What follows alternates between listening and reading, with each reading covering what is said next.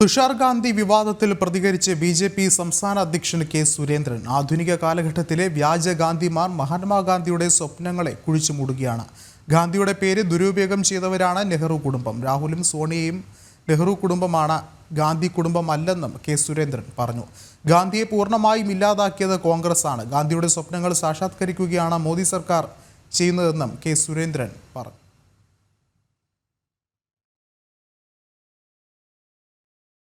അപ്പോ മഹാത്മാഗാന്ധിയുടെ ചരിത്രവും പാരമ്പര്യവും വംശവാഴ്ചയ്ക്കുള്ള ഉപാധിയാക്കി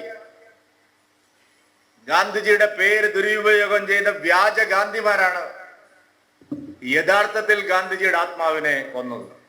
ഗാന്ധിജിയെ പൂർണ്ണമായിട്ടും ഇല്ലാതാക്കിയത് കോൺഗ്രസ്സാണ്.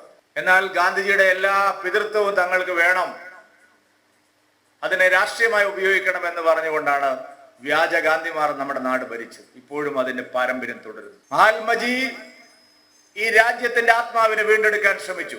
രാഹുൽ ഗാന്ധിയും പ്രിയങ്ക ഗാന്ധിയും തുഷാർ ഗാന്ധിയും ഈ രാജ്യത്തിന്റെ ആത്മാവിനെ കുത്തി നോവിക്കുകയാണ്.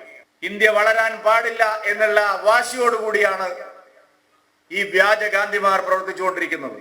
മഹാത്മജിയുടെ സ്വപ്നങ്ങളെ കുഴിച്ചു മൂടുകയാണ് ആധുനിക കാലഘട്ടത്തിലെ വ്യാജ ഗാന്ധിമാർ.